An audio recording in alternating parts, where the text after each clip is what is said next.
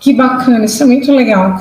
E a filosofia é uma coisa que nem todo mundo dá valor, né, Glauber?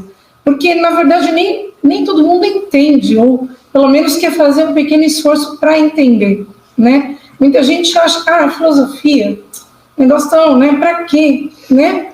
No mundo capitalista que a gente vive, mal sabem as pessoas o quão é importante, né, a filosofia em todos os sentidos, né? E o quanto é base de tudo isso, né?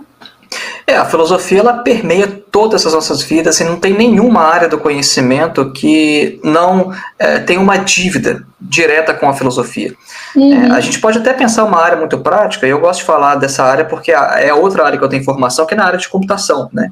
Às vezes as pessoas se perguntam assim, qual que é a ligação entre uma coisa tão técnica como escrever software e a filosofia?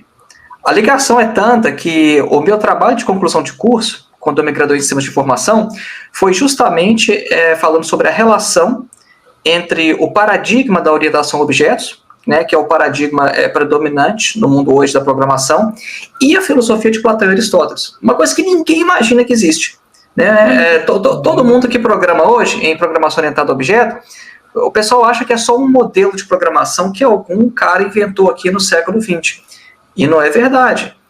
Na minha pesquisa eu vou mostrar justamente isso, que inclusive o cara que desenvolveu essa linguagem de programação, ele afirma explicitamente que ele tirou a inspiração dele das filosofias de Platão e Aristóteles. O próprio sistema binário, né?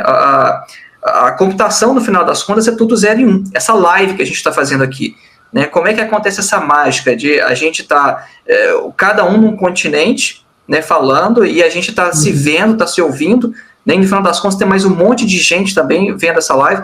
Como é que acontece essa mágica? No final das contas, é tudo 0 e 1.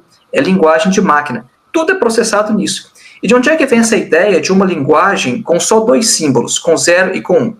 Isso vem da filosofia de Leibniz, o filósofo Leibniz, porque Leibniz ele havia percebido que a linguagem humana ela é muito falha, né? Ele queria construir uma linguagem que fosse tão sólida que não fosse possível mais ter erro de comunicação. Só que na época dele, na época do Leibniz, nem se sonhava que existiria computação, alguma coisa assim. Né? Ele estava querendo fazer uma linguagem humana, né? Mas com 0 e 1. E séculos depois, essa ideia foi resgatada e é a base da computação. É a base dessa mágica que a gente está fazendo aqui agora, que é fazer uma live, fazer tudo por computador. Então, a questão é que as pessoas, elas às vezes não sabem do valor da filosofia, justamente porque, como você disse, elas não sabem o que é filosofia, não conhecem a filosofia. Né? E eu dei esses 2 exemplos aqui da área de computação, mas a gente vai poder estender isso para tudo que é exemplo, né? Ciência nem se fala, né? O Albert Einstein, por exemplo, ele era um super fã de filosofia, e eu tenho até uma transcrição de uma carta dele, inclusive está no meu site. O Albert Einstein ele fala que se não fosse a filosofia de David Hume, ele não teria descoberto a teoria da relatividade especial. E o Einstein, ele, com 15 anos de idade, ele já tinha lido as 3 principais obras do Kant, que são as suas 3 críticas, né? A crítica da razão pura, a crítica da razão prática e a crítica da faculdade do juízo. Né? Ou seja, um adolescente de 15 anos ler as 3 críticas de Kant é uma coisa sensacional. Né? Mas o Einstein está aí para falar junto com a gente, né, que a filosofia ela é extremamente importante para todos os campos do conhecimento. Né? Então, sim, eu já falei da computação, que é tecnologia, eu já falei da ciência com Einstein. A gente pode falar de campos mais diretamente ligados com a filosofia, como a ética. Quando, por exemplo, qualquer curso de graduação você tem uma aula de ética, você está tendo aula de filosofia, porque a ética é uma disciplina filosófica. Né? Então, quando a gente se pergunta sobre o nosso agir no mundo, né, o que é certo, o que é errado, né, o que significa você fazer a coisa certa, você está entrando numa discussão que é filosófica. Então, a ética ela é filosófica. Quando você pergunta assim, como é que é a melhor forma de organizar a sociedade? Será que a sociedade que a gente está hoje é a melhor possível? Essa sociedade capitalista?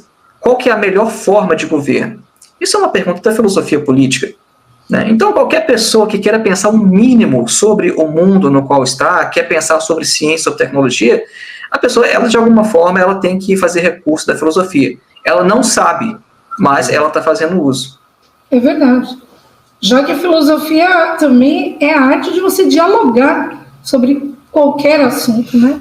Você está filosofando, você está dialogando, você está pensando, você está, né, levantando hipóteses, argumentos, discutindo, então tudo é filosofia, né? E as pessoas não param para pensar nisso. Esse é o modelo clássico de filosofia, né, que foi legado pelo Sócrates, né? O Sócrates achava que a filosofia só acontecia no tete-a-tete. Por isso que Sócrates ele não escreveu nada. Ele achava que a filosofia não tinha que estar no papel. A filosofia acontecia você conversando com as pessoas. Por isso que ele andava pelas ruas de Atenas, parava as pessoas e fazia perguntas, né? Ele chegava para um general, que todo mundo falava que era o herói de guerra, e perguntava assim, aqui, você é general, você já lutou em várias batalhas, todo mundo fala que você é muito corajoso, né? Agora me explica aqui, o que é a coragem? E aí o cara não sabia explicar, né? Ou pelo menos ele achava que sabia, mas quando eu começava a conversar com Sócrates mostrava que ele não sabia o que era coragem, e o Sócrates falava, bom, se o cara que eles falam que é o mais corajoso não sabe o que é coragem, né? Quem vai saber? Ninguém sabe isso. Eu não sei, mas eu mostrei que ele também não sabe.